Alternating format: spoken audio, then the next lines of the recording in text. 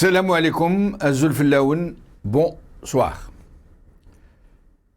Ce régime ne finira pas de nous étonner, de nous choquer.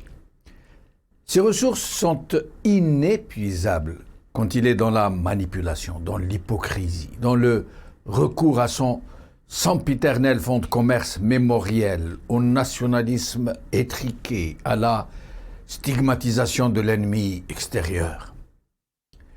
Et c'est ainsi que, pour répondre au Maroc, qui a noué des relations très intimes avec Israël, il fait venir Mahmoud Abbas, le président de l'autorité palestinienne, qu'il reçoit à Alger en grande pompe. Et mieux que cela, et pour que ça se voie et que ça s'entende de loin, il fait retentir 21 coups de canon pour recevoir l'invité de marque, comme ils disent, en présence de tous les hauts responsables de l'État, comme ils disent, et de représentants des chancelleries étrangères. C'est ce qui s'appelle mettre les petits plats dans les grands. Tous les médias qui actifs dans le pays ont été quasiment sommés de couvrir l'événement. Un chèque de 100 millions de dollars a été remis à la dite autorité palestinienne. Et la promesse de Tebboune lui a été faite de déployer tous ses efforts pour faire de la question palestinienne le sujet phare du sommet arabe qui doit se tenir en mars à Alger. Comme si ça pouvait changer quelque chose. Le président Tebboune, le même président Tebboune, a décerné au président palestinien la médaille des amis de la révolution algérienne et annoncé avec une grande emphase l'organisation prochaine à Alger d'une conférence unificatrice des factions palestiniennes rivales. De son côté, Ramtan Lamamra, le ministre des Affaires étrangères algérien, avait commencé depuis le mois passé à chauffer le bendir, disons-le comme ça, pour bien montrer chacun dans ses penchants respectifs. Israël dans les bras du Maroc et la Palestine dans ceux de l'Algérie. Ben voyons. Écoutez la déclaration de M. Lamamra al-Quds al-Arabi, je vais vous la lire, je cite. Certains travaillent pour saborder le prochain sommet. S'ils échouent, ils vont tenter de faire en sorte que la représentation soit insignifiante. Les masques sont tombés, chacun est retourné dans le camp qui est le sien. Fin de citation. Et nous en arrivons tout naturellement à constater, encore une fois, que la Palestine n'en finit pas de servir de faire valoir aux uns et aux autres pour vider leurs querelles, quitte à y aller de leurs poches, ou plutôt celles de leurs opprimés respectifs. Qu'importe la dépense, c'est le bon peuple qui paye. La cause palestinienne est très chère à la majorité des Algériens et des Marocains aussi, faut-il le rappeler. Les récentes manifestations du peuple marocain contre la normalisation avec Israël en témoignent très fort et nous allons regarder.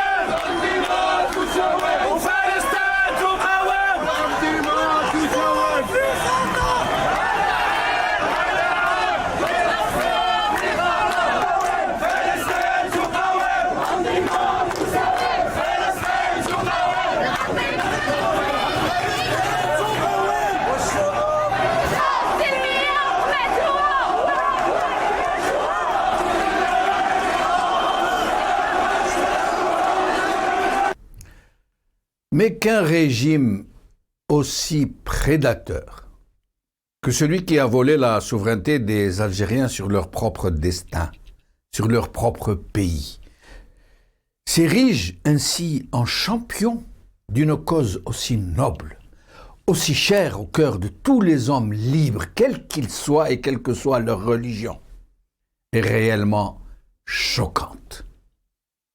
Une telle audace et une telle hypocrisie ne doivent pas être passées sous silence au prétexte que cela pourrait blesser les Palestiniens. Parce qu'un régime qui opprime son propre peuple ne peut prétendre libérer les autres peuples.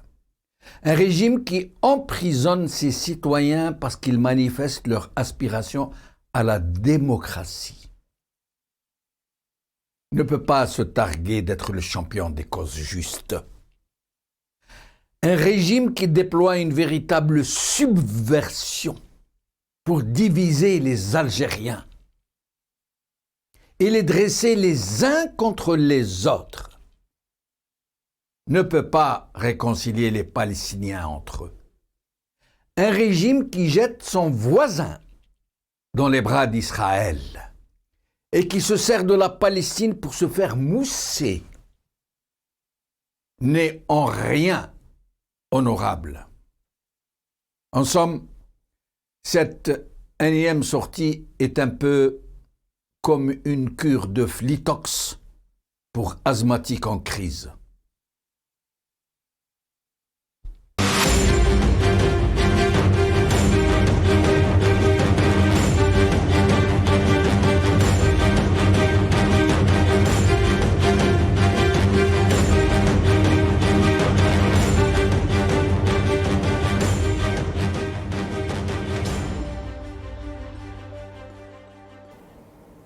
Mahmoud Abbas à Alger, l'Algérie aussi rêve de liberté.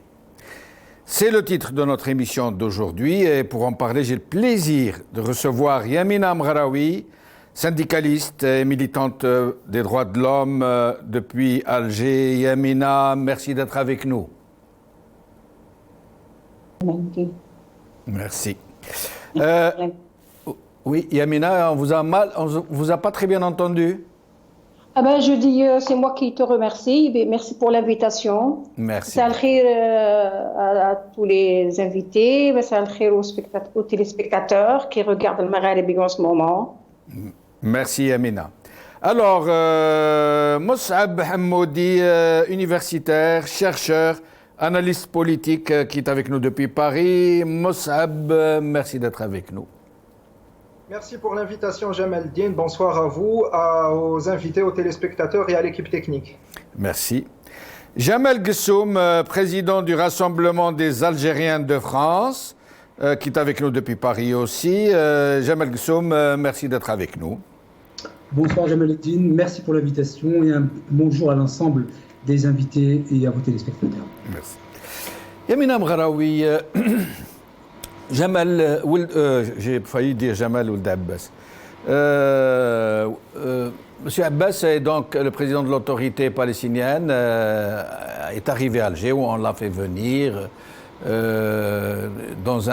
sur une trame d'affrontement quasi idéologique entre le Maroc et l'Algérie sur cette question palestinienne. Un chèque de 100 millions, 21 coups de canon, promesse de Tebboune de faire du sujet palestinien le sujet phare lors du prochain sommet arabe, et surtout, M. Tebboune qui promet d'organiser une sorte de conférence de réconciliation entre les frères palestiniens appartenant à des factions rivales. Que vous inspire tout cela, Yamina? Sincèrement, je suis plus qu'étonnée. Je suis plus qu'étonnée de voir que dans de pareilles circonstances, dans de pareils événements, les premiers à recevoir le président palestinien, c'est d'abord le peuple. Et ce n'est pas le cas. Pourquoi? Parce que le peuple n'a pas le droit de sortir dans la rue. le peuple est interdit de sortir dans la rue.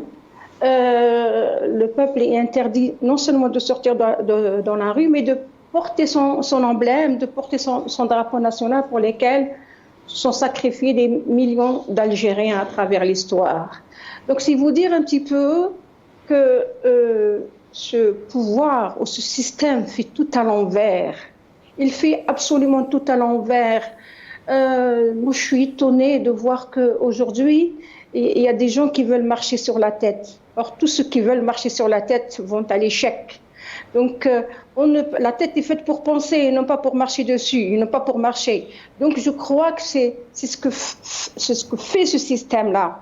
La moindre des choses, c'est d'abord d'autoriser ce peuple à accueillir au moins ce président, parce que c'est comme ça que font. Et c'est comme ça qu'on influence le monde, et c'est comme ça qu'on influence l'opinion internationale. C'est quand les peuples par milliers sont dans la rue pour justement soutenir la cause palestinienne. Et non pas justement faire ces manœuvres, ces flancs vides qui ne servent que le... Est-ce que vous m'entendez? Oui, très bien, Yamina. Très bien. Donc, je crois que c'est juste de la surenchère, parce que ils ont justement cette habitude de faire de la surenchère à chaque événement. Donc, ça n'arrange. S'il y a comment dirais-je, un plus, ce serait pour le prestige du système et non pas pour l'intérêt des peuples palestiniens ou des groupes palestiniens qui sont des communautés palestiniennes qui sont en conflit, alors qu'ils font tout pour justement générer des conflits internes. Quand on empêche un peuple de se rencontrer, quand on empêche un peuple de vivre ensemble, c'est ça qui se passe en Algérie.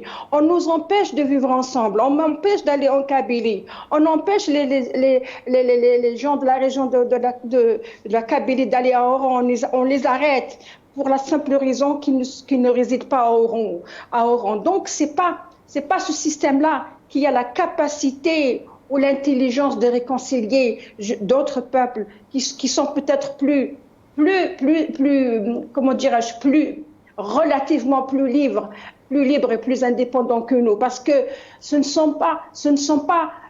n'est pas Mahmoud, comment dirais-je, Abbas qui envoie des Palestiniens en prison, ce sont les Israéliens, ce sont les sionistes, alors que chez nous c'est Tebboune et ceux qui sont à sa tête et ceux qui le guident, qui nous envoient en prison pour la simple raison, pour le simple fait de sortir avec un drapeau sur les épaules ou un drapeau dans la main. Voilà ce que j'ai à dire sur ce sujet-là. Merci Amina, merci. Moussab Hamoudi, sur la même question, je suis tenté de vous dire. Oui, alors recevoir Mahmoud Abbas en grande pompe, c'est beau et c'est bien. Le problème, c'est quand celui qui reçoit est plus proche des pompes funèbres. C'est que maintenant, la question qui se pose, c'est même pas l'allure ou les festivités. Ça, c'est juste un élément du décor. Mais on va dire, la position du régime par rapport à la question palestinienne relève-t-elle de quelle position? Est-ce une position politique? Est-ce une position diplomatique? Est-ce une position morale?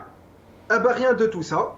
Parce que sur le plan diplomatique, on sait que la diplomatie algérienne est en mort clinique, vraiment absente. L'agenda de Ramtan al-Amamra est vraiment dérisoire. Dérisoire sur le plan des actions et pauvre en termes de relations.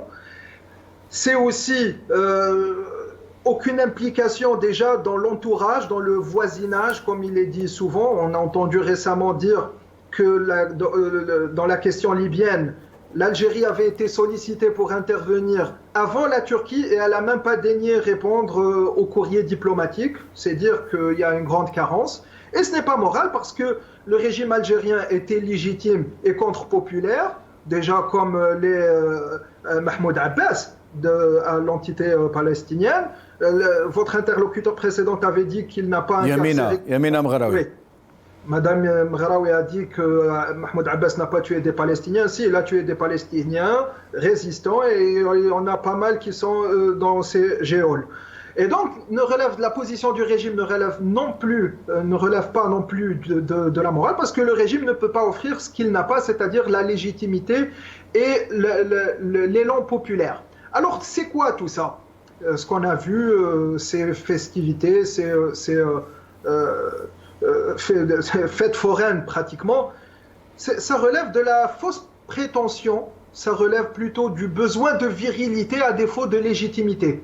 C'est ça le régime, il a brûlé des étapes dans la médiocrité, il n'a pas pu, loin déjà de la question nationale, même sur le plan international, il est complètement absent de tous les enjeux, même lorsque ils ont signé, modifié la constitution pour faire intervenir la France au Sahel, ils lui ont mis un coup dans le dos avec Wagner, qui sont plus des milices, bien sûr affiliées à la Russie, milices, un État ne traite pas avec des milices, sauf le régime algérien, c'est dire qu'il est mafieux, et donc, tout ça, pour rattraper tout ça, on va chercher le raccourci. C'est la question palestinienne, ça attise les sentiments, ça fait couler des larmes. On ne va pas la traiter rationnellement selon le besoin de la résistance et selon la question qui est très compliquée, la question palestinienne, ce n'est pas un maigre morceau. Et on va plutôt aller verser des milliards et aller dans les festivités sans résoudre les vrais problèmes. Jamel Gussoum, sur le même sujet. Alors tout d'abord, mon intervention se voudra être de raison et non pas avec de l'émotion. Je tiens simplement à préciser que la politique intérieure et la politique étrangère sont deux notions différentes, sauf si vous vous adressez à vos enfants comme vous vous adressez à vos voisins.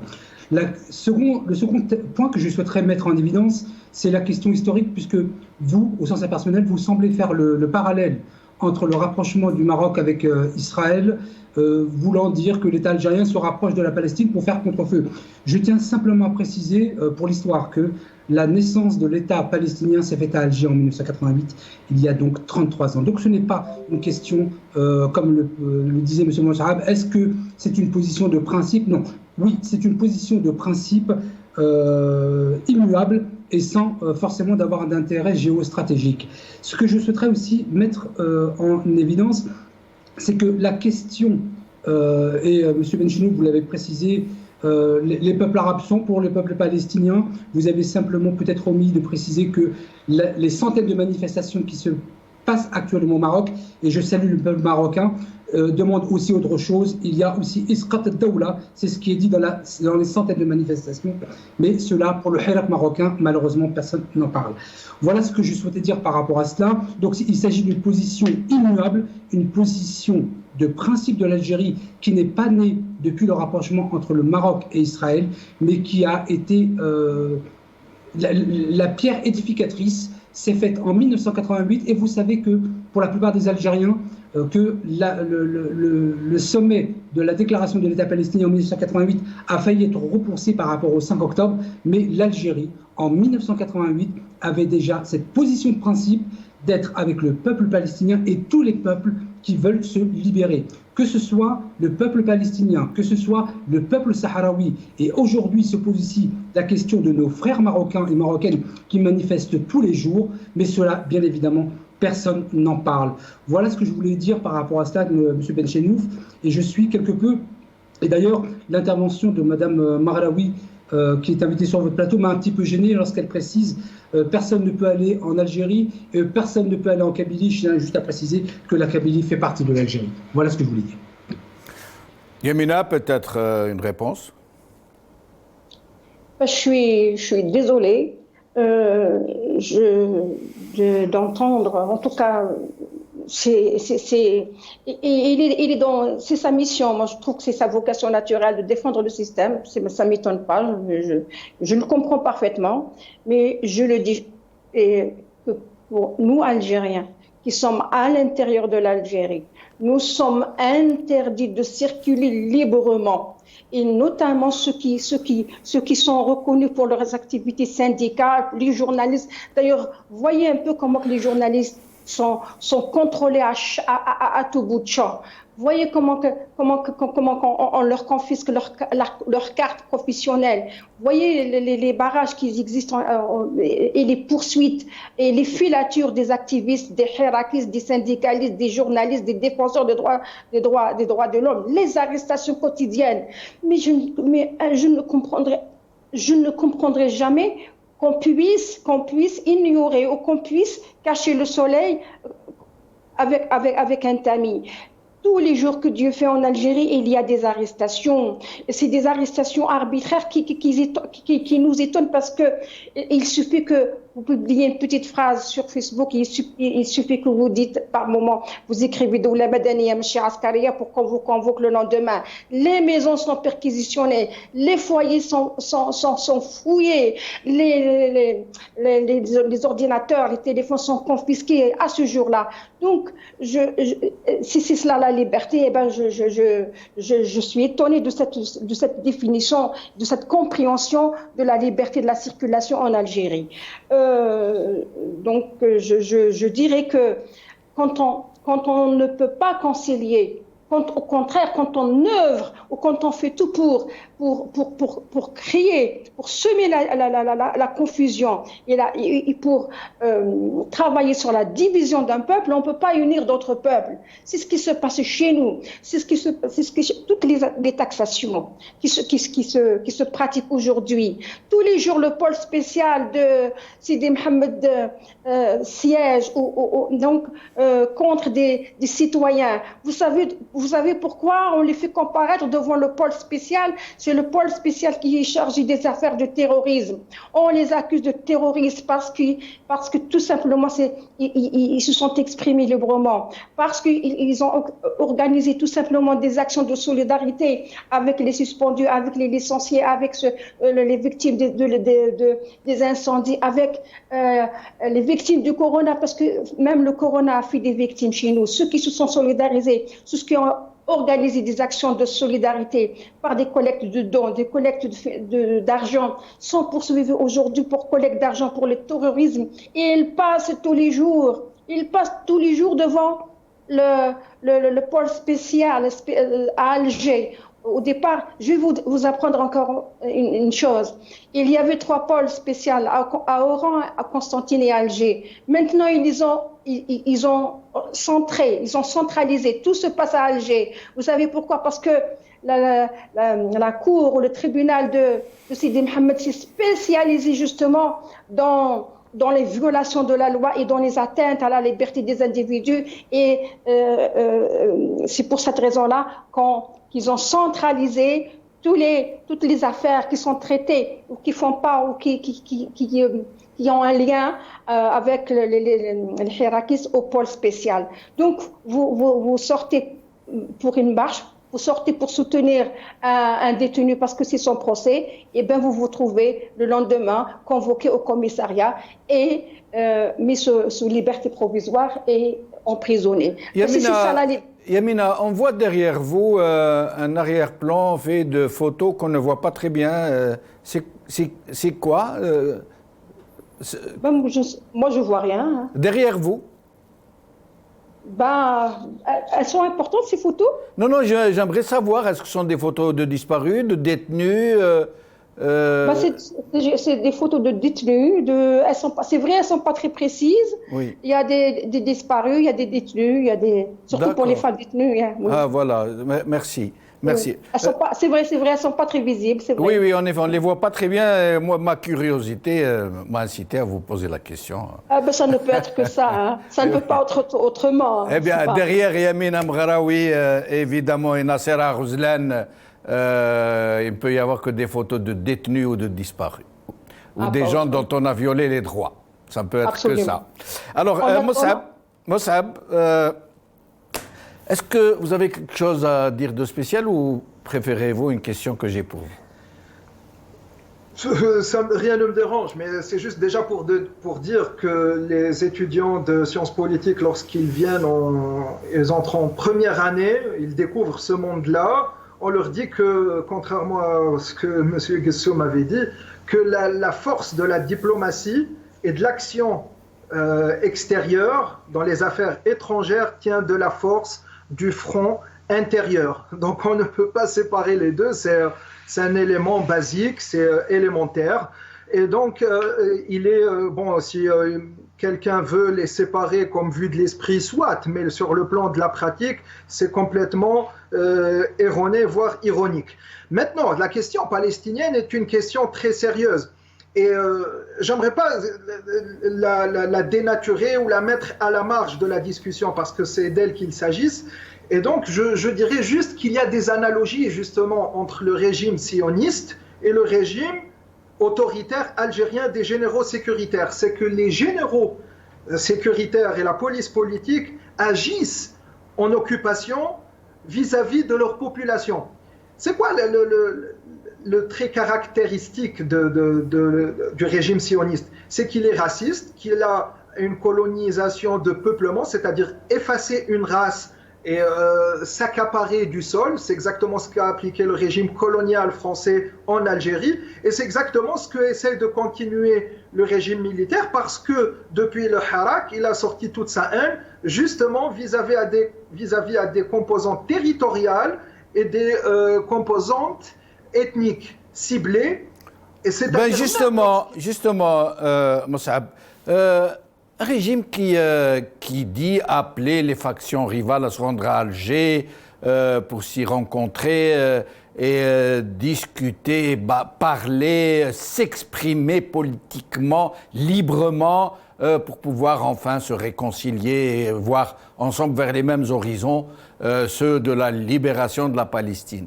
Un tel régime peut-il aller vers un tel objectif alors qu'il refuse à ses propres citoyens le droit de se rencontrer, le droit de s'exprimer, le droit de revendiquer leur droit à la liberté, à la dignité, à la démocratie, des citoyens qu'il emprisonne, qu'il fait torturer, qu'il fait, excusez-moi, violer?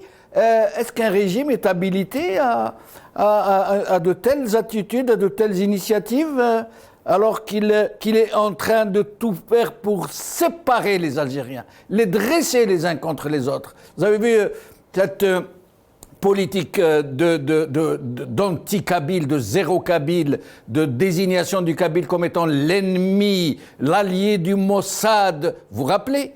Est-ce que ce n'est pas très antinomique tout ça? C'est antinomique sur le plan moral, on va dire, mais sur le plan politique, il peut y avoir ça à condition, c'est d'avoir les bons moyens de le faire. C'est-à-dire quand on est la Russie ou la Chine et qu'on soutienne Bachar al-Assad, mais en même temps on demande la liberté et l'indépendance pour l'Iran, c'est antinomique, mais c'est la Russie qui s'est donné les moyens de cela.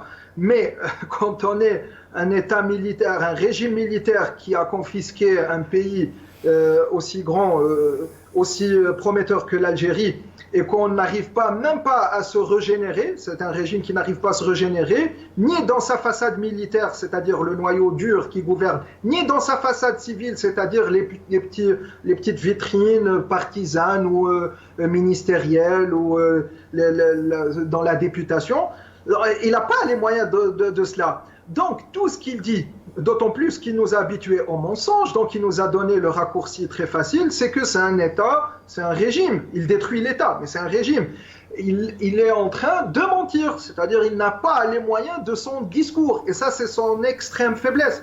Parce qu'on peut avancer des discours contradictoires, mais quand on a la force de l'intervention, ça devient de la real politique. Mais quand on n'a pas ces moyens, c'est qu'on verse dans le ridicule et dans la supercherie. C'est exactement ce qui arrive, non seulement avec le régime algérien, mais avec tous les régimes arabes. Pour preuve, par exemple, quand il s'agit des Jeux olympiques, des compétitions sportives, on boycotte Israël, on ne va pas aller au duel sportif contre des Israéliens. Mais on ne la boycotte jamais sur le plan financier, sur le plan diplomatique, sur le plan militaire. C'est ça les contradictions. Et donc, ici, on a des régimes. Ici, je parle pour tous les régimes arabes, excepté un ou deux à ceci près. Mais concernant l'Algérie, c'est de supercherie en supercherie, tout ça ne tiendra pas. Et puis, permettre aux Palestiniens et faire en sorte de dire aux Palestiniens venez, soyez fraternels, khawa khawa chez nous, alors que nous on n'est pas khawa khawa et qu'on a transformé khawa khawa avec notre population en adawa adawa, là c'est quand même très court et très ridicule. Et restez avec nous, Mossab. Jamal Gussoum, peut-être un commentaire? Oui, par rapport à ce que disait M. Mossab, en première année de Sciences Po, on apprend que, en étant issu, je sais de quoi je parle, on apprend aussi ce que c'est qu'un tabloïd, et donc à séparer bien les éléments les uns des autres, en sachant que l'interaction de plusieurs éléments peuvent amener à un résultat. Tout d'abord, s'il y a le ministère des Affaires étrangères et le ministère de l'Intérieur, c'est parce qu'on aborde les questions essentielles intérieures d'une certaine manière avec un référentiel, avec un tabloïd, et qu'on aborde la question internationale avec un référentiel différent. Une plus grande différence encore, c'est que l'Algérie, depuis son indépendance, a fait de la question palestinienne une question essentielle, une question de position, de principe et immuable. Ila Yom Qiyama, c'est la question de la liberté du peuple palestinien qui a des conséquences sur l'ensemble des nations arabes. Et donc on ne peut pas, quand on a fait Sciences Po, on ne peut pas comparer un référentiel de politique intérieure où effectivement, et je réponds aussi à Mme Marraoui, pour qui j'ai du respect et qui me semble vraiment d'être de bonne foi, pour dire que on ne traite pas des questions différentes, on ne traite pas des questions différentes avec des référentiels identiques ou l'inverse. Ça n'a absolument aucun sens. Et donc, je dis à Mme Marraoui que je suis loin de dire, et sur tous les plateaux de TV que je fais, et j'en fais un certain nombre, je suis très loin de dire que l'Algérie est un exemple de démocratie, bien au contraire. Je dis même que la plupart des personnes mises en place par l'État algérien à la tête d'institutions sont des incapables. Je ne peux pas faire mieux que cela. Donc, je ne dis pas que l'Algérie est un exemple de démocratie. Je ne fais donc pas le parallèle entre la question palestinienne, qui est une question immuable et de principe, et la question de la gestion à l'intérieur même de l'Algérie, avec tous les points néfastes que Mme Marraoui a déclinés et qui sont tout à fait vrais. Donc, il n'y a pas de démocratie, ou peut-être à l'algérienne, il n'y a pas de réelle liberté. Tout cela, moi, je ne le conteste pas. Mais étant un académiste, je réponds à une question centrale qui est posée lors de cette émission, qui est faire le parallèle entre l'intérieur et l'international. Et donc, mon propos n'est en aucune manière de dire que l'Algérie est un exemple de démocratie, bien au contraire. Mais je dis que sur la question essentielle du débat, de l'émission qui nous concerne aujourd'hui, je réponds simplement qu'il ne faut pas faire le parallèle avec le Maroc et Israël, puisque nous sommes pour la cause palestinienne, Zalm ou la Mazloum. Et ça, c'est une position que j'ai et que j'aurai jusqu'à la fin de mes jours. Et l'Algérie n'a jamais dévié de cela en 60 ou en 57 ans. Donc, c'est une position de principe qu'il faut détacher. Mais Jamal Gussoum, est-ce que ce n'est pas entre les mains de ce régime la question palestinienne, est-ce qu'elle n'est pas plutôt un fonds de commerce, de la même manière que les Chouhada sont en fin de commerce, que Novembre est un fonds de commerce, que, excusez-moi, que le socialisme a été un fonds de commerce? Est-ce que ça ne relève pas plutôt de cette logique? Alors, dans votre question, il y a deux déclinaisons qui m'intéressent. Vous avez fait le parallèle entre les Chouhada et la question palestinienne. Sur la question des Chouhada, le FLN, comme ça les propos sont clairs, en ont fait véritablement, et depuis une vingtaine d'années, un véritable fonds de commerce. Ça, c'est une réalité. C'est un fait factuel. Donc là, je vous dis et réponds que oui. Mais de cela, il y a depuis à peu près une vingtaine d'années, 20 ou 22 ans. Sur la question palestinienne, l'Algérie n'a jamais fait de la question palestinienne un fonds de commerce. Preuve en est, c'est qu'elle n'a aucun intérêt géostratégique, direct ou indirect, avec nos frères et sœurs palestiniens. Elles ont des intérêts un système de valeurs qui fait ou qui font que nous sommes pour cette cause depuis la renaissance de l'Algérie, depuis 1962. Et donc l'Algérie, quels que soient les gouvernants, depuis 1962, n'a jamais fait de la question palestinienne une question de fonds de commerce. Merci. Sur la question des Chouhada, vous avez, c'est rare dans mes dires, mais vous avez tout à fait raison sur la question des Chouhada. Merci Jamal Gussoum. Yamina. Je le dis et je le redis, qu'il y a une grande différence entre le soutien de la cause palestinienne. Moi, depuis que j'ai pris conscience, depuis mon enfance, j'ai baigné justement dans tout ce qui se passe en Palestine. Nous portons tous, comme nous sommes d'ailleurs le premier jour du Hirak, 22 février 2019, les drapeaux palestiniens étaient aussi nombreux que les drapeaux algériens. Donc on ne nous donne pas de leçons dans le soutien de la cause palestinienne. Mais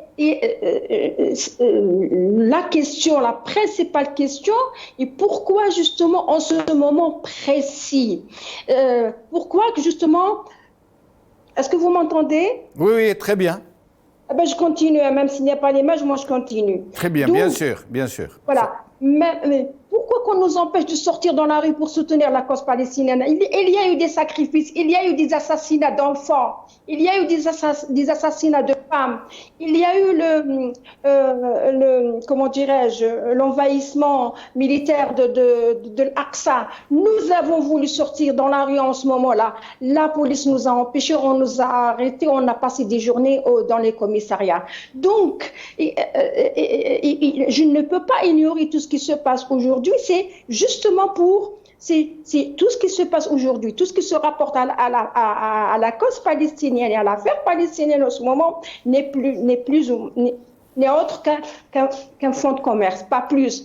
Donc, c'est le pouvoir algérien, sachant très bien que le peuple algérien est très sensible vis-à-vis de la cause palestinienne, et parce qu'il a essayé donc d'attiser le feu entre les deux peuples, entre le peuple marocain et le peuple algérien, et en jouant justement sur ce climat de tension au niveau des frontières, justement. Donc c'était une occasion, et c'était une opportunité à ne pas rater, justement, pour avancer toujours dans son dessein pernicieux et pervers, justement.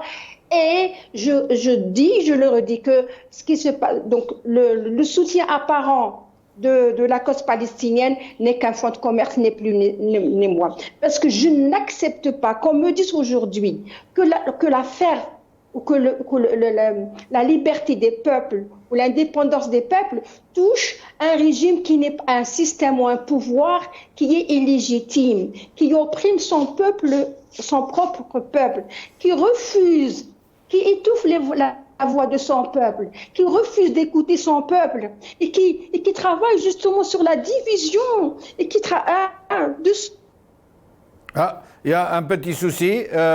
En attendant de régler le problème avec Yamina, Moussab, le sommet arabe, dit le sommet arabe, qui est en préparation pour se tenir à Alger au mois de mars, semble être devenu un autre point de fixation entre le Maroc et l'Algérie. Le Maroc faisant tout pour saper la tenue de ce sommet, du moins la participation à ce sommet, parce que en ce moment, les pays arabes ou dits arabes penchent ou pour l'Algérie ou pour le Maroc, et chacun des deux pays essaye de s'allier le maximum de pays arabes ou dits arabes.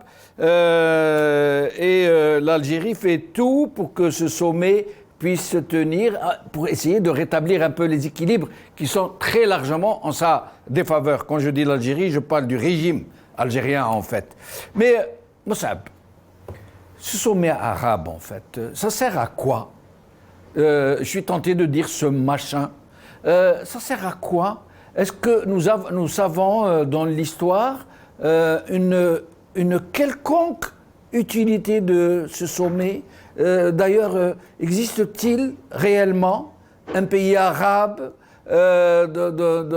actuel, dans le monde actuel que nous vivons, qui soit réellement démocratique, qui tienne vraiment compte des libertés de son peuple, de ses droits, qui ne soit pas dans la gabegie, dans l'impéritie, dans le détournement, dans le pillage, dans la torture, dans la répression, dans l'oppression. Ça va servir à quoi, cet autre machin, Moussab? En fait, le sommet des pays arabes, si on prend le nom culturellement, il est là. Bon, c'est un processus historique qui a abouti à cela. Mais maintenant, si on parle politiquement, c'est plus une réunion des pays autoritaires, c'est-à-dire une petite fête de dictateurs. Maintenant, et pourquoi justement c'est une petite réunion de seconde zone ou de dernière classe, j'aurais dit, parce qu'ils n'ont aucune influence sur les événements et le déroulement des crises et des solutions à l'international et des réels dossiers. Parce qu'ils n'influenceront en rien les positions majeures des pays ou des Nations Unies ou du Conseil des sécurités des pays membres, ou même des autres confédérations comme l'ASEAN ou d'autres confédérations. Maintenant, le problème, c'est que pour eux, c'est juste la réunion. D'ailleurs, les images traditionnelles, on les connaît, des petits leaders un peu plus anecdotiques qui vont passer la séance à roupiller au milieu de meubles luxueux. Pas plus, c'est du folklore pur et dur. Et maintenant, c'est que cette région, parce qu'au-delà de arabe et pas arabe et l'ethnicité, c'est le Proche-Orient et l'Afrique du Nord, parce que c'est une seule région. Bien sûr, il y en a qui essayent de dire non, il n'y a pas les Arabes sont eux et nous ne sommes pas Arabes, et ça, mais c'est pas ça. Bon, par la diplomatie et par l'évolution historique, il se trouve que c'est la même région, la région MENA, Middle East, North Africa, donc Moyen-Orient, Afrique du Nord. C'est que depuis les accords appelés Sykes-Picot, en fait, la vraie nomination, c'était Cambon-Gray, parce que Sykes-Picot n'ont jamais signé d'accord. Cette zone est complètement ligotée. Elle se cherche, et elle est condamnée au sens propre du terme, parce qu'on lui a mis des dictateurs qui sont finalement des ogres sur leur population, mais des petits pions chez les forces occidentales, auprès des forces occidentales, et du coup, ça faussoie tout. Maintenant, est-ce que cette réunion va régler les enjeux stratégiques majeurs? Non, et même pour l'Algérie, parce que l'Algérie, dans sa dualité avec le Maroc, c'est que le Maroc a porté la confrontation à un niveau plus élevé. Bien sûr, le Maroc, le Makhzen aussi, c'est un État autoritaire, c'est un État qui n'est pas légitime, il a une composante obscurantiste, parce que le régime de Makhzen, il ne s'est pas régénéré, bon, il a fait juste des modifications, mais en acceptant la normalisation et concluant l'accord avec les États-Unis, c'est qu'il s'est donné comme allié la puissance numéro 1 mondiale. Donc l'Algérie, qu'est-ce qu'elle va faire dans son sommet des pays arabes? Elle peut faire ce qu'elle veut, elle n'a pas une grande marge de manœuvre. Et je dis bien l'Algérie, pourquoi? Parce que c'est vrai que nous séparons le régime de l'État et de la nation, mais le problème c'est que puisque le régime des militaires est au commandement, il est en train de détruire l'État. Et nous sommes à une époque de l'histoire où il est très facile de détruire les États. Rappelons-nous, il n'y a pas très longtemps, le Soudan était le plus grand pays d'Afrique et facilement, mais avec une rapidité sidérante, il s'est divisé en deux. On l'a divisé sous nos yeux rapidement et sans gêne. Le conflit libyen actuel, quand il s'est arrivé vraiment au paroxysme, surtout avec l'embargo de Tripoli, la question c'était, oui, allez, on va diviser la Libye en trois. Maintenant, c'est très facile parce que ces régimes frivoles, impuissants, mais très sclérosés, d'une mentalité dépassée, ils arrivent à penser qu'ils peuvent détruire et qu'ils doivent même détruire les nations s'ils ne restent pas aux commandes. Et c'est ça la dangerosité de la situation. Au-delà de la question palestinienne, en fait, la question palestinienne n'est pas uniquement palestinienne et locale. Elle a des répercussions sur toute la zone parce que cette fragilité, elle est complète et totale. Ce que dit le régime sur ces phrases un peu étourdissantes dans les mots madlom et tout ça, c'est vraiment de la verbosité, ça n'a aucun poids, ça mange pas de pain, et voilà, c'est du discours mâché, remâché, rebâché, rabâché, ça n'a aucun poids. Et restez avec nous, Moussab, Jamal Ghissoum, sommet arabe qui doit se tenir, disons, sur un fond de soutien à la Palestine, dont M. Tebboune a promis au chef de l'autorité palestinienne d'en faire le sujet phare. Or, nous savons très bien que la plupart des pays arabes, du moins les pays arabes qui comptent, hein, qui comptent, qui décident, qui ont de l'argent, ils sont tous avec Israël. Ils entretiennent avec lui des relations privilégiées. On sait même qu'ils le financent, ou du moins qu'ils participent indirectement en financement par le biais américain, qu'ils lui obéissent au doigt et à l'œil, qu'ils s'aplatissent devant lui. On se moque de qui, Jamal Ghessoum? Alors, ce que j'aimerais dire par rapport à cela, c'est que l'Algérie est dans son rôle historique. Ça, c'est la première des choses. Et que, et je le dis et je le redis, pour des questions de principes immuables, il ne faut pas forcément attendre de résultats concrets à une action si on lui donne la valeur et le système de valeurs liés à des positions de principe. Donc, l'Algérie n'a pas d'intérêt financier, d'intérêt géostratégique à faire ce qu'elle fait. Mais elle est tout à fait dans son rôle historique qui a commencé il y a cela plus de 50 ans, dont la pierre angulaire a été en 1988 lors de la déclaration de la naissance de l'État palestinien à Alger. Donc elle est dans sa continuité. Là où je serais peut-être un petit peu d'accord avec M. Moussab, et c'est sur la question de la valeur du sommet arabe. Qu'est-ce que, à la limite, aujourd'hui, le sommet arabe peut apporter à la nation arabe et sur l'échiquier international? Je suis d'accord sur le fait que ce n'est pas un sommet arabe comme il aurait pu en avoir en 74, 75, 76. Puisque, comme vous le dites, M. Benchefoun, et vous avez raison, vous avez 2 fois raison aujourd'hui, la plupart des États arabes sont alliés avec Israël, et ce que l'Algérie ne fera jamais. Et donc, on est sur des questions de position de principe, sur des questions, en finalité, des questions, ce que l'on appelle communément des questions principielles, et une question de rayonnement de l'Algérie sur la question de la politique étrangère. Ce que j'aimerais aussi mettre en évidence, c'est qu'il y a dans les propos que j'entends ici, là, ce que l'on appelle communément des injonctions paradoxales. D'un côté, on dit, je ne sais pas si c'est vous, M. Benchenouf, ou M. Moussab, qui avait dit tout à l'heure que l'Algérie était absente sur la scène internationale durant des années, mais quand elle revient en force, comme elle le fait depuis quelques mois, on dit oui, mais elle ne peut pas. Et il faudrait savoir à un moment donné, et se poser vraiment... pardon, Jamal Ghessoum, de vous interrompre. Pourriez-vous nous dire comment elle est revenue en force? Est-ce que vous pourriez nous donner des détails sur ce retour en force? Des exemples, par exemple. Des exemples. Alors, depuis l'arrivée de M. Bouteflika, rahimahullah, il avait pris, parce qu'il était ministre des Affaires étrangères, et donc il avait la casquette aussi de ministre des Affaires étrangères, ce qui fait qu'aucun ministre des Affaires étrangères du temps de Bouteflika n'a pu faire un travail de ministre des Affaires étrangères. Ensuite est arrivé Sabri Moukaddoum, et il est resté, je crois, un an et quelques, et est arrivé M. Laramamra. M. Laramamra, puisque vous posez la question, fait un peu... Vous avez oublié Msahel. Vous avez oublié Msahel. Je l'ai oublié. Et d'autres, hein. Enfin, allez-y, je vous en prie. Non, sauf s'il a été ministre des Affaires étrangères pendant la présidence de Tebboune. Mais je parle de pendant la présidence de Tebboune. Et donc, M.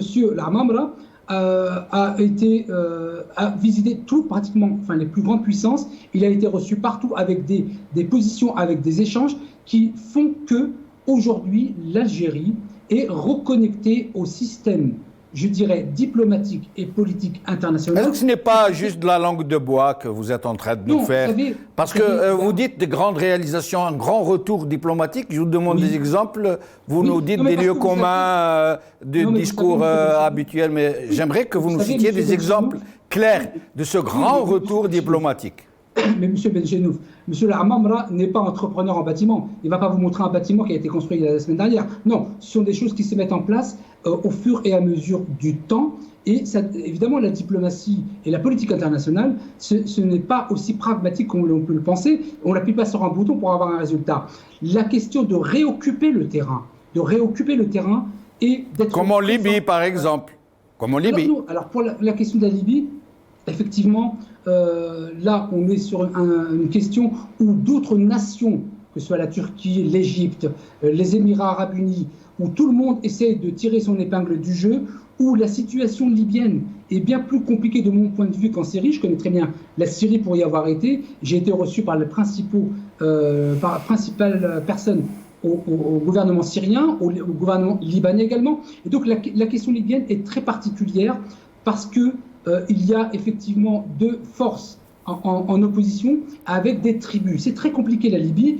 Je ne saurais pas répondre parce que moi je n'invente pas. Non, je voulais donner comme exemple de grands retours diplomatiques de l'Algérie, parce que l'Algérie est totalement absente, alors que ça devrait être le premier État impliqué dans cette question libyenne. Mais restez avec nous, Jamel Gsoum. J'essaie de faire tourner le micro, mais allez-y, finissez votre phrase. Sur la question de la Libye, effectivement, la situation est un peu plus compliquée parce qu'elle est plus proche géographiquement, avec des enjeux croisés de différentes nations qui sont carrément sur le terrain. Donc c'est une question, et vous avez raison, difficile. Ah, j'ai beaucoup de raisons aujourd'hui, 3 fois déjà. Oui, bien sûr. Merci. Restez avec nous, Jamel Gsoum. Yamina, sur cette question de sommet arabe. Moi, je ne suis même pas tenté de détailler la question. Je vous laisse répondre. Allah, moi, ce sommet arabe ne m'a jamais... C'est vrai, moi je l'ignore, mais vraiment, je l'ignore, hein, avec tout ce que ça peut signifier comme mot, je l'ignore. Je voudrais d'abord répondre à M. Gsoum. Il a fait une gymnastique incroyable, tous les efforts qu'il a fait pour nous démontrer que l'Algérie est revenue en grande pompe sur la scène internationale et qu'elle brille par sa diplomatie. Moi, je ne veux pas faire tous ces efforts, je veux tout simplement lui rappeler que nous sommes voisins, nous sommes mitoyens voisins avec la Libye, que nous sommes voisins avec le Mali, que nous sommes voisins avec le Niger, que si l'Algérie vraiment avait cette force diplomatique et qu'elle avait aussi ses compétences, elle aurait empêché la France d'intervenir pour traverser la Méditerranée pour intervenir. Voilà, ça c'est un exemple à mon avis assez cinglant qui montre la défaillance sur le plan diplomatique du pouvoir algérien et du système algérien. Je crois que c'est suffisant, voilà ce que je tiens à dire sur ce plan-là. Alors, merci Amina. Nous allons faire un tour de micro un peu en dehors de la thématique principale, puisque nous avons suffisamment fait le tour. Moussab, la situation en Algérie est particulièrement inquiétante. Malgré tous les fumigènes, j'allais dire, du régime, la situation est très grave. Et la crise économique attendue, annoncée, sans aucun doute, même si le pétrole a remonté, ne fait aucun doute et les effets pourraient en être ravageurs, notamment pour ce qui est du front social qui gronde. Tout à l'heure, Amina, j'espère qu'elle va pouvoir nous en dire quelque chose, elle qui est sur le terrain. Est-ce qu'il n'est pas temps maintenant, Moussab, pour les Algériens de se réveiller à la douloureuse situation, pour s'organiser, pour essayer de sauver leur pays, pour essayer que nous n'allions au mur?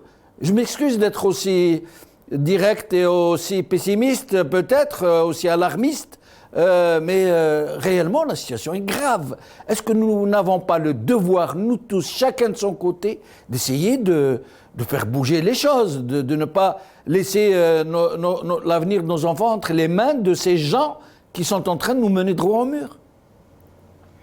Oui, bien sûr que la situation est plus dangereuse que ce qu'on le croit, et même on a du retard à rattraper, parce que cet effort aurait dû être fait déjà depuis un bon moment.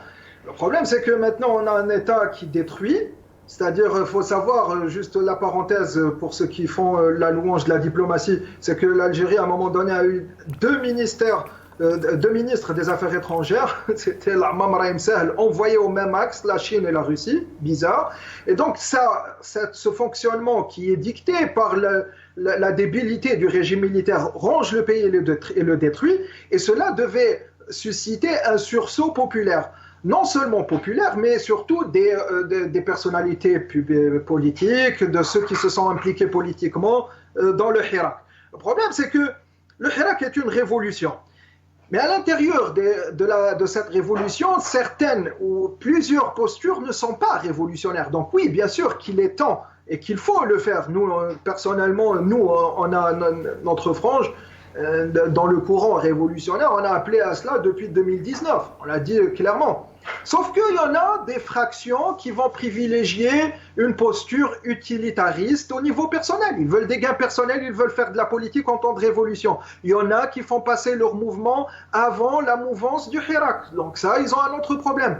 Alors, pour aussi répondre aussi directement que la question fut posée, il faut se débarrasser de ces comportements qui ne sont pas dignes du Hirak. Et on ne va pas demander à la population de sortir et de se mobiliser alors que derrière, il n'y a rien qui suit. Qu'est-ce que vous voulez dire au juste? Il faut se débarrasser de ces attitudes qui ne sont pas favorables au Hirak, par exemple. Essayez d'être plus clair. C'est ce que je viens de dire. Les deux postures, c'est-à-dire ceux qui cherchent, qui trouvent dans le Hirak une occasion pour un peu faire de la politique à titre personnel, essayer d'avoir des gains personnels, politiciens, et les autres qui appartiennent à des mouvements structurés, qui essayent de faire passer l'intérêt du mouvement plutôt que l'intérêt du Hirak. Ils prennent le Hirak comme une vague. Mais comment, Mossab, le Hirak n'est pas une personne, le Hirak n'est pas une organisation structurée qui peut avoir une démarche telle que vous êtes en train de la préconiser. Comment arriver à une telle finalité, somme toute heureuse, si tant est qu'elle puisse se produire, mais comment ? Déjà, c'est le cheminement logique de toute révolution. Donc, il faut y arriver à cela. Et cela passera déjà par l'unité. Parce que tout le monde parle de l'unicité, l'ouhda, mais nous, on ne cherche pas l'ouhda. On est différents, c'est ça la démocratie. Le sens de la démocratie, c'est la différence. Il faut l'ittihad, l'union. L'union entre les courants qui composent la société civile. Sauf qu'on a un bémol de taille, c'est que nous avons des forces politiques qui ne s'assument pas. J'ai entendu même des gens qui appartiennent à des courants très identifiés, très clairs, mais ils te disent non, on n'appartient pas à ça. Il y en a même qui sont allés à dire on ne fait pas de la politique alors que c'est des mouvements politiques. Donc il faut se débarrasser, il faut s'identifier, il faut aller vers un processus politique, ça on l'a dit plusieurs fois. Mais aussi, pour qu'il y ait un processus politique solide, c'est-à-dire solide pour que la suite de l'action soit efficace, il faudrait se dépouiller des intérêts restreints, courts, que tel veut faire un beau phrasé pour être applaudi et espérer un jour devenir président, et que l'autre veut que son mouvement soit le plus beau et gagner des élections ou soudoyer et faire des clins d'œil au régime. C'est pas comme ça, il faut avoir des postures révolutionnaires. Comme ça, proposer une offre qui soit d'ordre révolutionnaire, et lorsqu'elle sera suivie par la population, ça sera vraiment l'osmose et la vraie communion. Et restez avec nous, Mossab. Jamel Gessoum, sur cette question, d'abord, est-ce que vous êtes d'accord avec moi quand je dis que l'Algérie est dans une situation gravissime, critique même, qu'elle risque très gros, que les jours à venir seront très sombres, et que si à Dieu ne plaise, le peuple algérien ne vient pas à la rescousse de son pays, de sa patrie, il risque de la perdre. Vous voyez, je ne mâche pas mes mots, je dis les choses très crûment, quitte à me faire qualifier de Cassandre ou d'alarmiste. Est-ce que d'abord vous êtes d'accord avec moi quand je pose la question en ces termes? Juste que vous ne précisez pas sous quel angle vous pensez que l'Algérie va vers une situation catastrophique économique, humanitaire, sociale. Si vous ne précisez pas, et bien évidemment, ça restera très large. Mais si vous pouvez me préciser, je vous répondrai sans embâche. Permettez-moi juste, en 30 secondes à peine, je ne prendrai pas beaucoup de temps, pour faire une réponse croisée à vos deux invités.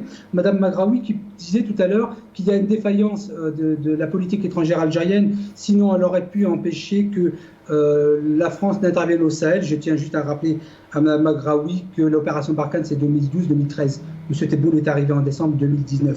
Il y a un problème de timing.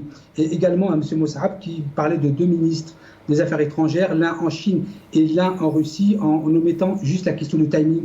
Je pense que c'est un vrai problème, le timing chez vous, qui vous oubliez que c'était sous le régime précédent ou le pouvoir précédent. Donc, de ce point de vue, on ne peut pas coller au pouvoir et à l'État aujourd'hui ce qui ne s'est pas fait ou ce qui s'est fait ou en 2018-2019 ou pire encore en 2012-2013. Mais si M. Benchilou, vous voulez préciser votre question sur ce qu'est... Alors, avant de vous préciser, je ne suis pas l'avocat de mes deux autres invités, mais juste pour vous préciser quelque chose, peut-être que vous n'avez pas encore discerné, c'est que pour mes deux autres invités que je connais très bien, le régime est le même. Ils ne font pas de différence entre celui de Bouteflika, celui de Boumediene, celui de Tebboune, c'est le même depuis depuis 1962. Donc eux, ils ne saucissonnent pas une même logique. Ça, c'est. J'espère avoir répondu pour eux, sinon ils le feront eux-mêmes tout à l'heure. Voilà, mais sinon, pour ce qui me concerne, moi, vous pouvez mettre tout dans le sac. Ce régime est totalement inapte. C'est une mafiocratie. C'est une médiocratie. Elle a mené le droit au mur. Il y est déjà, en fait, le mur. Mais le plus grave qui va venir et qui risque de précipiter le Hirak dans une sorte de front social plutôt que de contestation politique, et cette fameuse crise économique qui vient et qui est déjà annoncée par le régime, par exemple, entre autres, la fin des subventions, sans pour autant être prête à mettre en place un dispositif qui puisse réellement transformer cette subvention générale en subvention ciblée. Nous savons très bien que ce régime n'est pas en mesure, il est inapte, il est incompétent à mener une telle initiative. C'est quasiment impossible. Et donc, il y a des millions d'Algériens qui vont être jetés dans la précarité, pour ne pas dire dans la misère. Et j'espère que vous avoir donné ma réponse. Voilà, je vous laisse. Si je peux me permettre, dans ces cas-là, maintenant je peux répondre précisément, mais juste je vous précise que, M. Benchenou, vous êtes journaliste, pas avocat. Les autres auraient pu répondre à leur bonne place. Sur la question de la fin des subventions, ça m'intéresse. Évidemment, et là, la question centrale, et moi qui me gêne énormément en Algérie, je le dis et je le répète, je ne suis pas un fervent défenseur de l'État algérien. Je dis simplement que les personnes qui sont à la tête d'institutions importantes et qui ont en matière de prospective économique, prospective sociale, ont une réelle difficulté de projection. Ils ne savent pas faire. On livre en Algérie et on vit dans l'amateurisme le plus primaire qui soit. Et donc, le fait d'arrêter ces subventions, parce que ça m'intéresse, d'arrêter ces subventions sans avoir mis en place en parallèle les mécanismes nécessaires pour ne pas avoir des catastrophes sociales, m'inquiète au plus haut point, ça je peux vous le dire, et je suis tout à fait d'accord sur le terme catastrophique, puisque la fin des subventions impliquera forcément l'augmentation du coût de la vie sans que les salaires soient indexés, sans compter le chômage, etc. Donc oui, s'il n'y a pas les mécanismes qui sont mis en place, mais il faudrait que le président de la République arrête de nommer des amateurs en la matière, sinon oui, on va aller vers la catastrophe, c'est évident. Yamina. Je voudrais d'abord dire qu'il ne peut y avoir de stabilité et de sécurité nationale s'il n'y a pas de sécurité alimentaire.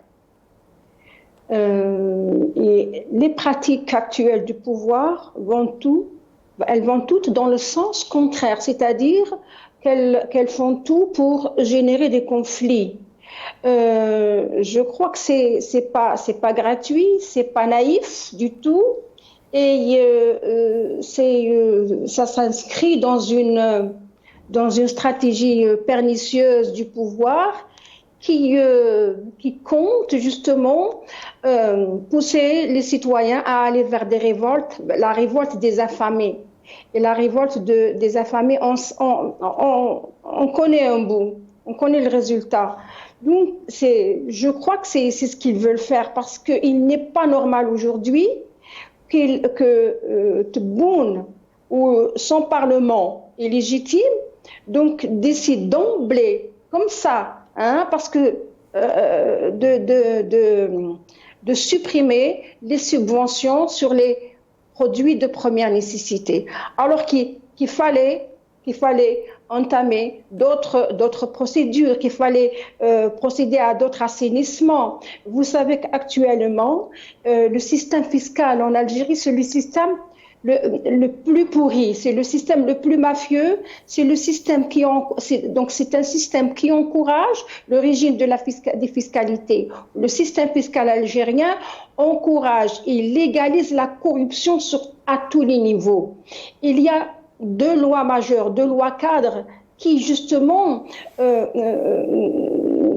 encouragent et légalisent les fuites fiscales. Et le blanchiment d'argent, c'est en premier lieu la déclaration fiscale volontaire, si ça vous dit quelque chose. Une autre loi plus scélérate, c'est la suppression des impôts ou l'annulation des impôts sur les fortunes. Alors imaginez un petit peu ce que ça peut représenter. Alors donc c'est un peu pour vous dire qu'aujourd'hui les fuites fiscales sont volontairement, illégalement encouragées, alors que les 11 500 000 de travailleurs donc payent mensuellement, je dis bien mensuellement leurs impôts sous forme d'IRG. IRG signifie indemnité sur le revenu global parce que le prélèvement est fait mensuellement à la source. Donc ce sont les travailleurs, les salariés qui cotisent, qui payent uniquement leurs impôts et cotisent pour la caisse de la Caisse nationale de retraite, alors que les gens de la nomenclature, les anciens ministres, les anciens walis, les anciens commissaires, les hauts fonctionnaires, les députés, donc profitent d'une retraite spéciale. Et il n'est pas normal. Le FSR, le Fonds spécial des retraites. Justement, il s'agit justement du Fonds spécial de retraite. Savez-vous que pour payer un fonctionnaire, il faut la cotisation de 200 salariés. Et ça, c'est là où le bas blesse. Pour ne citer que cela. Donc, il y a 6 inégalités qu'il faudrait corriger. Et le Parlement ne tient pas compte, ni le Parlement, ni les ministères, ni les ministres. Pourquoi ? Parce que c'est un système, c'est un pouvoir qui travaille justement pour changer les lois en sa faveur. Parce que le fait d'exclure les syndicats autonomes, le fait d'exclure l'opposition, le fait d'exclure la société civile, le fait d'exclure les experts économiques, justement dans la prise de décision, dans la réflexion, le fait justement de négliger l'importance d'un pôle d'expertise, juste parce que tout ce beau monde que je viens de citer peuvent constituer un pôle d'expertise sur le plan économique et social de développement, donc qui est complètement ignoré. Alors, la seule chose que maîtrise ce système, c'est la bastonnade, c'est la férule, c'est les représailles. Donc, mais d'après vous, pourquoi on emprisonne, pourquoi on nous bâillonne aujourd'hui? C'est pour qu'on n'avance pas sur le plan de justice sociale. Mais Yamina, pardon de vous interrompre. Yamina, vous la syndicaliste qui êtes au charbon, moi je sais ce que vous faites comme travail. Yamina, est-ce qu'il n'y a pas une vraie crainte que le Front social ne devienne incontrôlable à cause de ce que subissent les millions de familles qui ont été précipitées dans la misère? Est-ce que nous ne pouvons pas passer à côté de ce hirak politique à haute portée politique pour passer dans une sorte d'émeute, de révolution, de manifestation de la colère? Mais c'est ce que j'ai dit tout à l'heure, Jamaldine, justement, oui. Parce que c'est ce que j'ai dit tout à l'heure. Et ça, c'est pas... comment dire, c'est ce que nous craignons le plus. Allô? Oui, on vous écoute, Yamina. C'est ce que nous craignons le plus. Nous craignons une révolte, nous craignons le mécontentement, nous craignons une colère incontrôlée du peuple, justement. On a vu ce qui s'est passé dans les années 88. Et c'est pas que. Donc, c'est ce que nous craignons le plus. Et je crois que si jamais nous arriverons à ce stade-là, donc celui qui sortira vainqueur et gagnant, ce sera le système. Parce que si jamais il va y avoir ce mouvement violent, donc de la casse, des incendies, des meurtres, etc. Donc c'est pas dans l'intérêt du peuple, ça ira dans l'intérêt. Ça ira dans l'intérêt du pouvoir qui trouverait tout le moyen pour déclencher un état d'urgence et rendre légitime tout ce qu'il est en train de faire actuellement. Mossab, c'est le dernier tour de micro. Je vous demanderai d'essayer de d'intervenir en moins de 2 minutes et demie à peu près, même temps que pour Jamel Guessoum. Alors, je vais être rapide, et puisque M. Guessoum a le sens de la polémique, je vais en faire une toute petite. Déjà, pour les deux ministres des Affaires étrangères, il faut qu'il révise sa revue de presse, parce que là, c'est un 0 sur 40. Tout de même aussi, on ne peut pas dissocier les figures du régime, parce qu'un régime autoritaire, c'est une définition, et donc le régime algérien est tout entier autoritaire, sans distinction. Ici aussi, il y a une autre carence qui mériterait un 0 sur 40, il faut faire attention. Maintenant, le régime algérien, bien sûr, il trouve que à chaque solution, il a un problème à offrir. Ce n'est pas l'inverse. Maintenant, de cela à dire que on peut avancer ou avoir peur d'une potentielle révolution ou de famine ou du front social, je ne suis pas tout à fait d'accord, parce qu'en fait, il y a une caractéristique avec le Hirak, c'est que le politique a précédé le social. C'est son précédent dans l'histoire, parce que d'habitude, traditionnellement, c'est le social qui précède, et donc les gens vont chercher directement à manger. Là, c'est le contraire, c'est le politique, et donc de cela, les gens vont savoir que le problème, ils le savent d'emblée, le problème de leurs maux, de la souffrance et de la menace sur le pays de l'Algérie, ça vient du régime. Donc initialement, c'est le politique qui prend le dessus. Une révolte sociale n'est pas à craindre. Maintenant aussi, le régime, il ne peut pas continuer comme ça, parce qu'il n'arrive pas à se régénérer, il n'arrive pas à se masquer. Il a fait tous les processus politiques pour essayer de se voiler, de se cacher derrière les rideaux des civils. Il n'arrive pas. Donc, il faut juste s'armer de patience. Bien sûr, il faut déverrouiller la situation politique à l'intérieur du Hirak. Mais le mot-clé, c'est de faire passer l'intérêt du Hirak avant les petits intérêts, les petits calculs personnels et sectoriels, et aller vers des options de substitution. Mais sinon, sans cela, bien sûr, un régime qui est impopulaire, qui est contesté, qui est en fin de vie, en mort cérébrale, il faut juste le pousser à la fin, puisqu'il ne peut pas offrir la solution ni à lui, ni aux autres défis majeurs, tels la question palestinienne, etc. Ce régime n'a rien à offrir, il faut juste s'armer de patience et du bon travail, du travail sérieux, pour s'en débarrasser et espérer aller vers des jours meilleurs, parce que c'est vrai que le constat est inquiétant, mais il y a toujours une lueur d'espoir dès qu'il y a les bonnes volontés, parce que aussi, nous, avec la question sociale de dépouiller la population de ses richesses, ce régime a encore trahi les lettres de noblesse de nos valeureux martyrs lors de la guerre de libération. L'Algérie devrait être un pays social. Ils viennent d'en terminer. Ils ne l'ont jamais exécuté en tant que projet politique, mais là, ils viennent de l'enterrer définitivement. C'est dire que c'est un régime militaire, de police politique, mais surtout de traître. Merci. Alors, Jamel Guessoum, en moins de 2 minutes et demie, puis je reviendrai vers Amina Bouraoui pour 1 minute. Une rallonge en hommage aux travailleurs, hein, c'est une rallonge comme ça.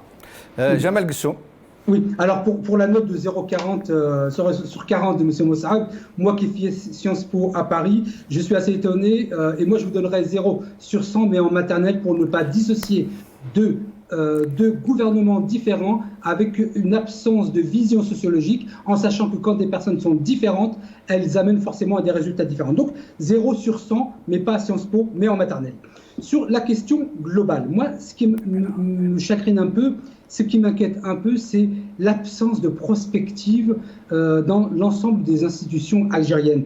Et en l'occurrence que dans des domaines, et le président de la République avait fait l'éloge des startups lors de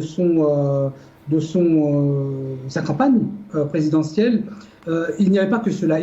Il faut lancer des groupes de recherche en prospective dans tous les domaines, la science sociale, les sciences politiques, la sociologie, les nouvelles technologies. Et donc, moi, ce qui m'inquiète particulièrement en Algérie, avec le gouvernement actuel, c'est l'absence d'endroits de réflexion, je dirais, où on pourrait mettre ensemble, et Mme Marraoui l'a bien précisé tout à l'heure, et je suis d'accord avec elle, sur la question des personnes qui peuvent faire remonter le débat et faire que dans chaque domaine, on puisse faire évoluer, ne pas couper des subventions sans mettre en place des mécanismes, faire évoluer. On en est encore malheureusement à se poser la question des véhicules de moins de 3 ans et des véhicules neufs. C'est vraiment, ça m'inquiète beaucoup sur le niveau intellectuelle de nos dirigeants, je le dis de la manière la plus claire, et ça m'inquiète même sur le niveau dirigeant de ceux qui ont fait Sciences Po. C'est vous dire que je suis inquiet à tous les niveaux. Voilà ce que je voulais dire. Merci Yamina Mghraoui, pardonnez-moi, je me trompe tout le temps sur les noms de Smaïl Lalmas que j'appelle Smaïl Lalmas que j'appelle Smaïl Ammari, Farida Hamidi que j'appelle Hamida Faridi, Nabila Smaïl que j'appelle Smaïla Nabil. Pardon. Je voudrais d'abord dire que pourquoi je crains un soulèvement populaire, c'est parce qu'il y a cette propagande.